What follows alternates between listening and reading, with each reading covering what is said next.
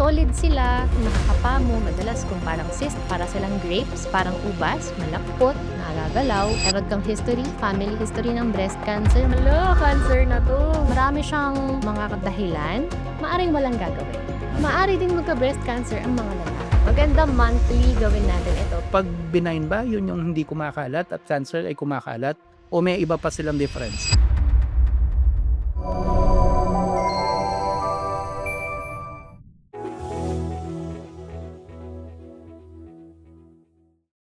Kumusta mga kababayan? Welcome sa isa na namang episode ng Medico.ph at ngayon pag-uusapan natin ay isang health concern na pangbabae at yon ang tinatawag na breast lumps or bukol sa suso.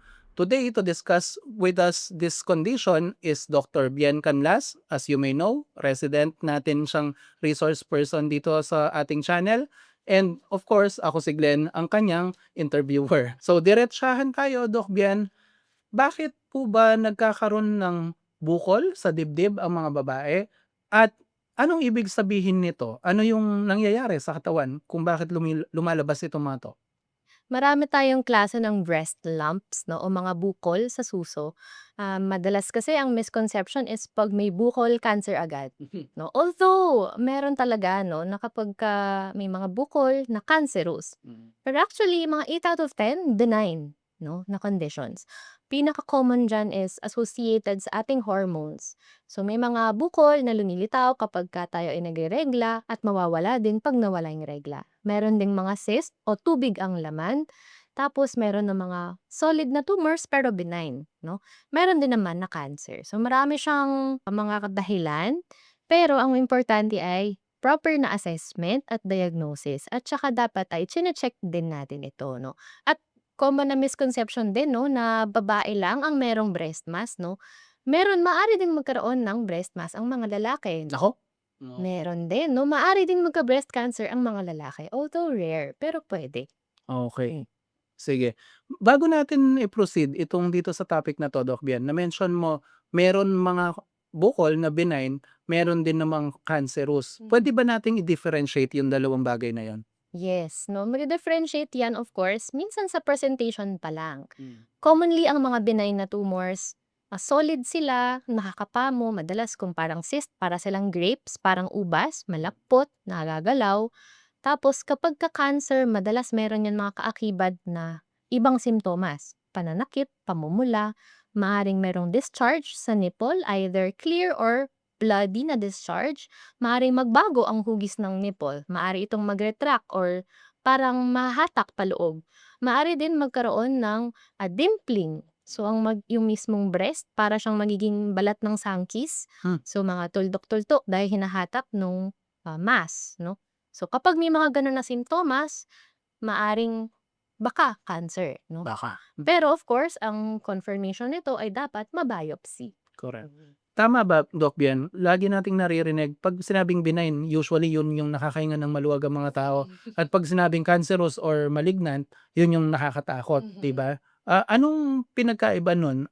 'Pag benign ba yun yung hindi kumakalat at cancer ay kumakalat o may iba pa silang difference? Kapag sinabi natin na cancer, so ito yung mga iba-iba yung stages. Kapagka late stage, maaari itong kumalat sa ibang parte ng katawan. Pero kung early stage mo ito na-catch, lalo na sa breast cancer 'no, maaari itong tanggalin tapos maaari ka naman mag-undergo ng treatment para hindi na ito bumalik. Pero dapat pa rin ay babantayan o imo-monitor. Kapag benign, madalas hindi naman 'to kailangan ng kahit anong intervention. So ang ginagawa lang, kada 6 na buwan o kada taon ay mino-monitor ito kung lumalaki ba, nagbabago ng hugis o kung nagkaroon ka ba ng ibang simptomas. Kung wala ka namang nararamdaman, kung wala siyang pain, wala ng mga nabanggit natin kanina na ibang associated symptoms, maaring walang gagawin Okay. 'no, na nandoon lang siya. Mas marami ba yung benign kaysa sa cancerous? Yes, 'no, mas marami pa rin ang benign 'no, dahil sa mga kababaihan depende nga sa hormones tapos madalas yung common din is mga cyst 'no, so 'pag gano'n inoobserbahan lang naman. Okay.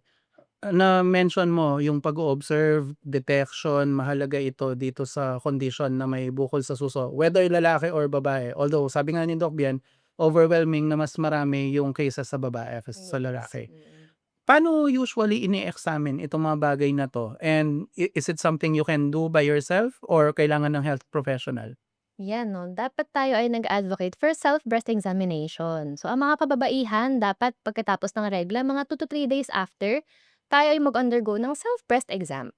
So, iaangat lang natin yung kamay natin at kakapain 'no, yung kabila kung right hand ang nakaangat, left hand ang gagamitin na pangkapa 'no. So, marami yang resources online kung papaano yan gagawin. Pero madalas gagamitin lang natin yung ating mga pads ng ating daliri, tapos kakapaingan mula sa nipple tapos paikot. Hmm. 'No, so hakapain din hanggang sa may kilikili kung merong nakakapa na bukol 'no. Maaari din kasi isang senyales 'yun 'no, kung cancer, puwedeng lumaki yung kulani sa meron Lymph so node. may ating kilikili, yes. So mga lymph node natin sa kilikili, so maaari silang umabot dun 'no, kaya dapat kinakapa rin 'yun 'no. At kung meron kayong nakapa na bukol, dapat po ay agad-agad tayong magpa-check sa ating OB/GYN 'no. Ipakapa na natin sa kanila para mapa-check 'no, or even yung primary care physician natin 'no, ipakapa natin sa kanila, pakapa natin sa kung mas komportable ay sa female na doktor. So, Doc Bian, na-mention mo kanina, pwede tayong mag-self-examination and na-mention mo rin, chances are, hindi naman yan cancer agad. So, Mm. 'pag may nakapa kang konting bukol diyan, hindi naman siyempre magbibihis ka muna naman. Mm. Paglabas mo hindi naman dapat humahagulgol, may cancer Oo, na ako." 'wag mag-panic. Oh, 'di ba ano, karamihan po, 'pag may nakapa kang ganyan, ang vast majority ng mga tao, hindi naman po cancer ang problema Mm. nila. Sabi nga ni Doc Yan, maraming mga maaring maging causes. Maaring mga cyst, maaari silang yung mga monthly na hormonal lang yung dahilan, adenomas 'no, na tawag natin 'no. So, puwedeng yun na magkaroon ng bukol doon, na dahil lang sa hormones natin liliit din sila 'pag nawala 'no. So, marami Marami, mga puwede. marami na hindi cancer. Yes, Yung yes. cancer isa lang siya, Mm. marami pa yung iba na hindi Yes. delikado. Okay, sabi nga ni Doc Yan, pagkatapos kung meron ka man nakapa, 'wag mag-panic, magpatingin sa ating OB-gynecologist. So, Either ano lang, puwede rin or naman general surgery kung sino ang primary care physician 'no. Madalas kasi yung mga OB yan yung mga madalas na unang nakakita kasi 'pag nagpa-check-up tapos babae din, eh. mm, So, mas komportable na. tama. So, kunyari, may nakapa nga na-confirm ng inyong doktor, whether OB or primary care physician na may lump nga, ano ang e-expect natin na puwedeng ipagawang test sa'tin para makita kung ano talaga yung nagko-cause? Hmm, madalas ang gagawin muna is mga mammograms or ultrasound, titignan yung mismong bukol. Pero expect nyo dun sa first visit kakapain din nila yan 'no. Mm, So, kung talagang merong bukol. Tapos gagamit muna ng imaging, so non-invasive muna siyempre. mm, At kung talagang may suspetsa na ito ay most likely mukhang cancer, ito ay of course iba-biopsy. At kapag binopsy na yan at napatunayan na cancer, dun pa lang magkakaroon tayo ng ibang approaches na. So, mm. maaari ng maging radiotherapy, chemotherapy, maaari ding tanggalin yung mismong bukol. Okey. Hmm. 'Pag biopsy, Doc Bien, kukuha ba ng sample? Oo. Surgical ito? Yeah, Hmm, ano naman siya, minimally invasive. okey. Meron lang yun parang ipa-puncture lang through the skin, kakapain lang. Clinic setting lang yun gagawin. Okey, so hindi siya major na may bubuksan na sa'yo, Oo, di okey. naman. So, kukuha lang ng maliit sigurong sample and Mm, yun yung i-e-examine nila. yes. Okay. Sabi nga ni Doc Bien, 'pag napatunayan na meron cancerous talaga yan and, hopefully early stages pa, 'di ba? Mm, Kasi treatable, tama, Doc Bien? mm. Um, Yun yung kailangan nating, bigyan ng mabilisang aksyon kasi ayaw nating lumala, Mm, tama? Okay. Sige, usually ano yung mga treatment options, na-mention mo yung radiotherapy, mhm. chemo kasama ba dun? Kasama dun chemotherapy and surgical removal nung lump. And of course kung benign 'no, kung benign maaaring observation lang at monitoring. So yun pa rin yung majority ng cases 'no, wag naman kakabahan. Majority of cases walang kailangan na treatment. Mm, Lalo na kung wala naman siyang kung asymptomatic, kung wala siyang nako-cause na discomfort, wala namang ibang symptoms, most likely ang gagawin lang diyan ay oobserbahan. 'No? At kung sakali na lumaki at na merong suspetsa ng cancer, saka pa lang natin gagawin yung mga nabanggit natin kanina. Hindi ko alam kung tama yung alala ko sa term, yung mastectomy ba yung tinatanggal ng ano, ng breast? Kapag mastectomy, oo 'no, tatanggalin niya pati yung breast tissue. Hmm, So, depende siya 'no, sa magiging assessment ng doktor. Usually general surgery na yung gagawa nun 'no. mm, So, titignan nila kung ano yung kailangan tanggalin, kailangan pang tanggalin yung mga lymph node, kailangan pang tanggalin yung dalawang breast, isang breast, Yung bang mass, pwede ba na yun lang yung tanggalin at i-preserve yung breast? Hmm. Meron din 'no, na involve reconstructive na surgery. So, tatanggalin pero para naman ma-preserve yung itsura nung katawan nung babae na naoperahan ay i-reconstruct nila yung breast. So, meron din gano'n. Usually kailan nila kino-consider? Ito kumbaga medyo mas aggressive na treatment na 'to, 'di ba? Mhm. Is it something that has to do kung anong stage na yung cancer or Yes, oo. kumalat? Depende siya sa staging ng cancer, tsaka sa klase nung cancer 'no, na nakita 'no, dun sa breast. Okay. Kanina na-mention mo nga Doc Bien yung adenoma. Sa layman katulad ko parang 'pag melanoma na nakakatakot na, 'di ba? Nakakatakot na 'di ba, parang, "Hala, cancer na 'to," gano'n. So, Kasi hindi naman carcinoma is cancer, tama? yes, oo. So, breast carcinoma. So, Okay. 'yan, So, hindi dahil melanoma nakakatakot na agad. Minsan sabi nga ni Doc Bien, sa hormones mo lang 'yun. Naging aware din kasi yung mga tao sa noma-noma na 'yan nung nagkasakit si Doc Willie Ong, 'di ba? Parang Hmm, nalimutan ko na ano yung sakit niya, somewhere sa puso pero may noma din kaya nakakatakot, eh. hmm. Anyway, 'yun, so sabi nga ni Doc, 'wag matakot magpatingin and kung magpatingin, 'wag niyong kakalimutan marami hindi naman breast cancer and kung breast cancer Yes, man, may treatment options tayo. yes 'no. Of Oh, course, kung mataas ang risk mo 'no, maganda na magpa-check earlier. Kung meron kang history, family history ng breast cancer, mas maganda maagang magpatingin kahit na wala pang simptomas. okey. So, na-mention mo 'yun, may family history, obviously meron, genetic factor I guess or hereditary factor. May iba pa bang mga, factors na nagpapataas ng risk ng isang babae or lalaki for that matter Mhm. sa breast cancer?